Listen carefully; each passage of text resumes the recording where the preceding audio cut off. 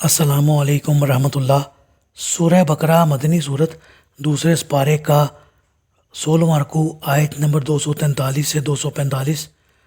اعوذ باللہ من الشیطان الرجیم، بسم اللہ الرحمن الرحیم۔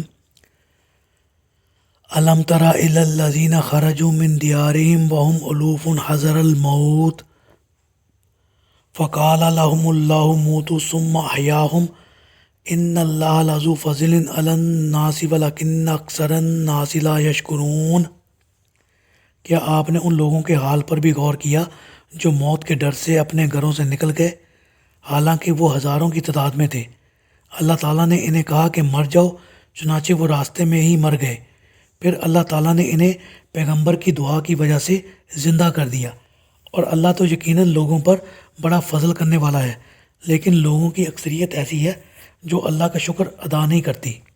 جی، اس آیت سے آگے جہاد کا مضمون شروع ہو رہا ہے، اور بطور تمہید اس آیت میں بتایا جا رہا ہے کہ زندگی اور موت صرف اللہ کے ہاتھ میں ہے۔ واقعہ یہ ہوا کہ بنی اسرائیل کے کچھ لوگ کسی شہر میں رہتے تھے، وہاں طاعون کی وبا پھیل گئی، تو یہ طاعون کی وبا کا شکار ہو کر مر جانے کے خطرے کی بنا پر اپنا بوریا بستر لپیٹ کر ہزاروں کی تعداد میں شہر سے نکل کھڑے ہوئے، اور سمجھے کہ اس طرح موت سے بچ جائیں گے۔ ابھی کسی منزل پر بھی نہ پہنچنے پائے تھے کہ راہ میں ہی انہیں موت نے آ لیا، اور سب کے سب مر گئے۔ ممکن ہے وہ طاعون کے جراثیموں سے ہی مر گئے ہوں۔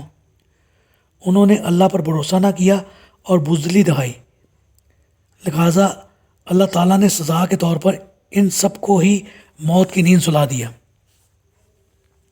اور اگر وہ اللہ کی تقدیر پر بھروسہ کرتے ہوئے اپنے شہر میں مقیم رہتے تو ممکن ہے ان میں سے اکثر بچ جاتے۔ پھر کچھ مدت بعد حزقیل پیغمبر، جو موسیٰ علیہ السلام کے تیسرے خلیفہ تھے، ادھر سے گزرے، اور یہ صورتحال دیکھ کر انہوں نے اللہ تعالیٰ سے دعا کی، تو اللہ تعالیٰ نے اپنی مہربانی سے انہیں دوبارہ زندگی عطا کی، اور ہر شخص سبحانہ کا لا الہ الا انت کہتا ہوا اٹھ کھڑا ہوا۔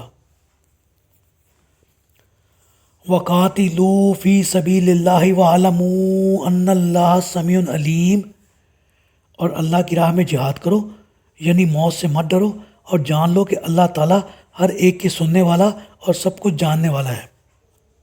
جی، اس آیت میں موت سے نہ ڈرنے اور اللہ کی راہ میں جہاد کرنے کی ترغیب دی جا رہی ہے۔ اس سے پہلی آیت کا مفہوم یہ تھا کہ زندگی اور موت صرف اور صرف اللہ کے ہاتھ میں ہے۔ وہ چاہے تو جہاد میں جانے والے کو بھی موت کے منہ سے بچا لے، اور چاہے تو کسی کو گھر بیٹھے بیٹھے ہی موت دے دے، یا جو موت سے بھاگ کر نکل کھڑا ہوا ہو اسے راہ میں ہی موت کی نیند سلا دے، اور چاہے تو مردہ کو اثر نو زندہ کر دے۔ موت اور زندگی صرف اسی کے اختیار میں ہے، لہٰذا تمہیں اللہ پر بھروسہ کرتے ہوئے جہاد کرنا چاہیے۔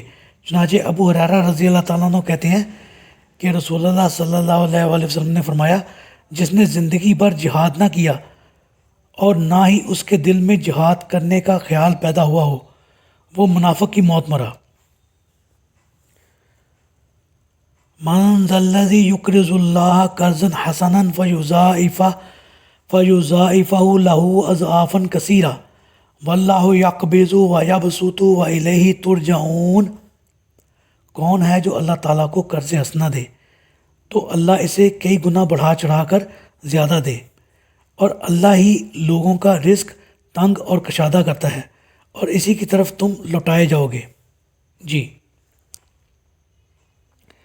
قرض حسنہ سے مراد ایسا قرض ہے جو محض اللہ کی رضا کے لیے فقراء اور اقربا اور مساکین کو دیا جائے، اور ادائیگی کے لیے انہیں تنگ نہ کیا جائے، نہ ہی قرضہ دینے کے بعد انہیں جتلایا جائے، اور نہ ہی ان سے کسی قسم کی بگاڑ لی جائے، اور اگر مقروض فی الواقعہ تنگ دست اور ادائیگی سے معذور ہو تو اسے معاف ہی کر دیا جائے۔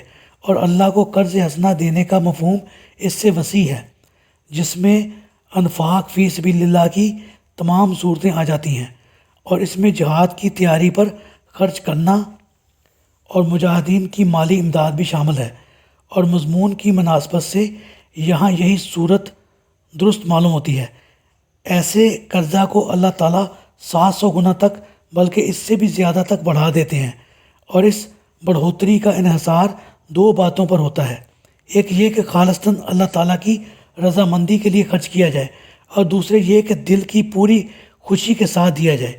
نیز ساتھ ہی اللہ تعالیٰ نے یہ بھی بتا دیا کہ خرچ کرنے سے تمہارے مال میں کمی آ جانے سے ڈرنا نہیں چاہیے، کیونکہ مال میں کمی بیشی ہونا تو صرف اللہ کے ہاتھ میں ہے۔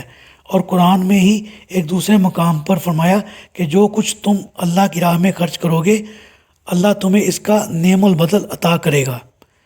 اللہ تعالیٰ سے دعا ہے اللہ تعالیٰ ہمیں انفاق فی سبیل اللہ یعنی اللہ کی راہ میں خرچ کرنے کی توفیق عطا فرمائے، آمین۔